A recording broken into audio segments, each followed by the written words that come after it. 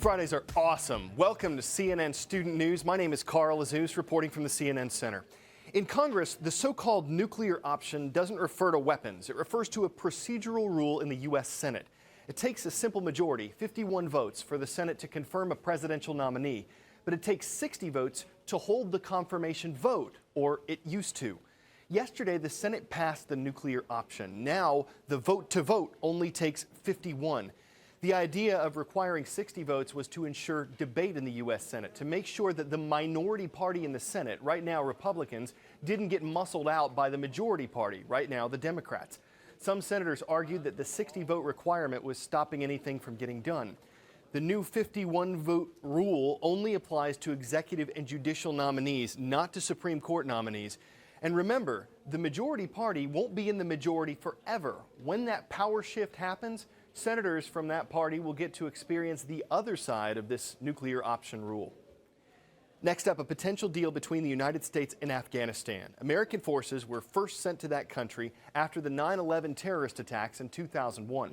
Since he was elected, President Obama has promised to end the U.S. combat mission in Afghanistan by the end of 2014. The White House says that time frame is still on track, but this new deal could mean that some American forces would stay in Afghanistan after 2014. Secretary of State John Kerry announced the deal that could leave thousands of U.S. troops in Afghanistan for years to come. There is no combat role for United States forces, and the bilateral security agreement is an effort to try to clarify for Afghans and for United States military forces exactly what the rules are with respect to that ongoing relationship. The draft agreement is now before an Afghan council of tribal leaders called a Loya Jirga. Until they approve it, it's far from a done deal. To get their buy-in, President Karzai wants a letter of assurances from the White House, including a pledge U.S. troops won't enter Afghan homes unless American soldiers' lives are at stake. Past raids have killed innocent Afghans and fueled anger among the population, and Karzai says the U.S. should acknowledge these past mistakes. But is that tantamount to an apology for U.S. actions in the 12-year war? I honestly don't know where the idea of an apology started, but let me be clear.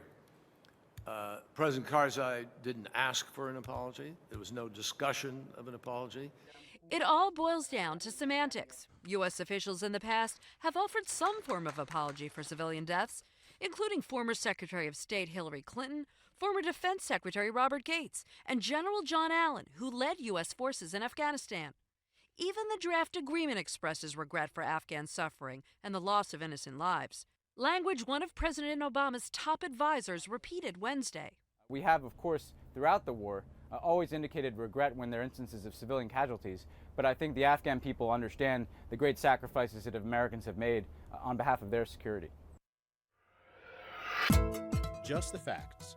John F. Kennedy was born in Massachusetts in 1917. After serving in the U.S. House and Senate, he was elected president in 1960, although there was some controversy surrounding his very narrow win. Kennedy was the youngest man elected president and the first Catholic to be president. His presidency involved the failed Bay of Pigs invasion in Cuba and the Cuban Missile Crisis, a nuclear face-off between the U.S. and former Soviet Union. President Kennedy was assassinated in Dallas in 1963. It was November 22nd, exactly 50 years ago today.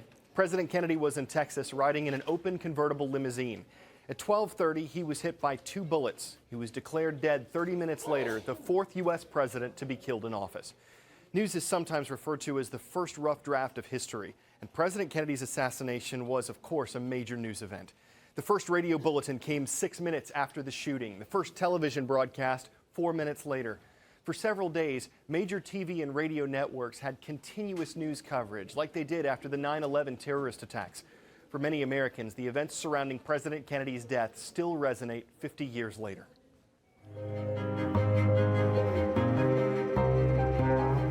For my generation, it was, where were you when President Kennedy got killed?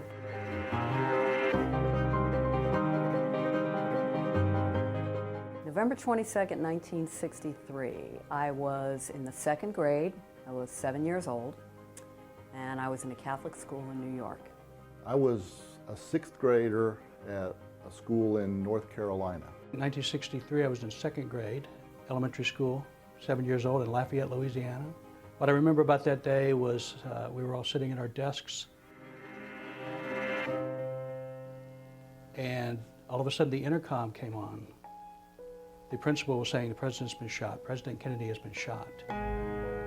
And his voice was so frantic. I don't remember the intercom ever even coming on until that day. And I remember, of course, knowing who the president was, even though I was very, very young at the time. I knew who the president was. I knew about his family. He was kind of a hero to us because he was Catholic. I was in Catholic school. And he had a daughter who was close to my age, so that was pretty cool too. Purely timing coincidence, but we were lowering the American flag that afternoon on Friday, November 22nd, 1963, when another guy in the school came running up and he said, "Did you guys hear? The president's been shot." And when I came in, the secretary, the school secretary, was sitting at her desk and she was crying. Tears were streaming down her cheek. So I ran back to my classroom. I burst in the door and said, "President Kennedy's been shot." And about that time, the principal came on with the announcement. And he told everybody, "Let's go to the buses, let's go home, go straight home when you get off the bus." Got on the bus that afternoon, and the older kids were really quiet, just very, very quiet. And one of them said to me, "Do you understand what's happening?" And I said I knew the president had died, and I felt bad because it was Caroline's daddy. I mean, that's kind of my frame of reference at the time. I remember going home. My parents were both there. It was very quiet. We were watching TV, and I remember my dad cried, and that was the first time I ever saw him cry. And I went home, and it was like a hush fell over our little part of the world. Everything went quiet. The radio and TV was all news. For the first time in history, the networks went all night, the TV networks, and there were only 3. It was quiet for months. And really, I think the thing that got us out of that was a few months later, there was this musical group from England, a band called the Beatles. And they came over, and all of a sudden people had something else to talk about. I remember watching the funeral, and I remember we were out of school that day, and the mood in my house was very quiet, very somber, and you know, just a very sad day for the entire country. I also remember the salute that young John did to his father's coffin, and my mom had just had a baby. His name was John. He was born in September of 1963, and after that, we started calling him John John. That was the president's son's nickname. Just the week before, a weekly reader had come out and had President Kennedy on the cover. Somehow it had gotten balled up and thrown away at home.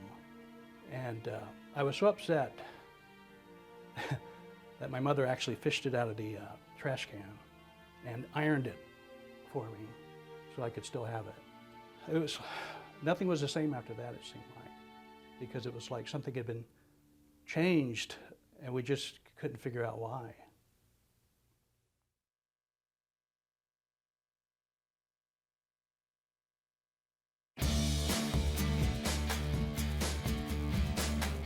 The Southeast, Midwest, Northeast. We're going to hit them all in today's roll call.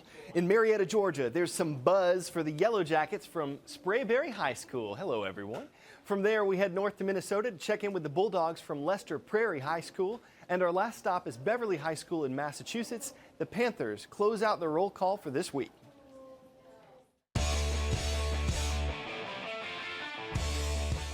Add this to the list of things that are harder to do in space. Washing your hair. This astronaut says she gets asked a lot how she does it, so she posted this video on YouTube to explain. She squirts water directly on her scalp, hopes the drops don't float away, then busts out some no-rinse shampoo.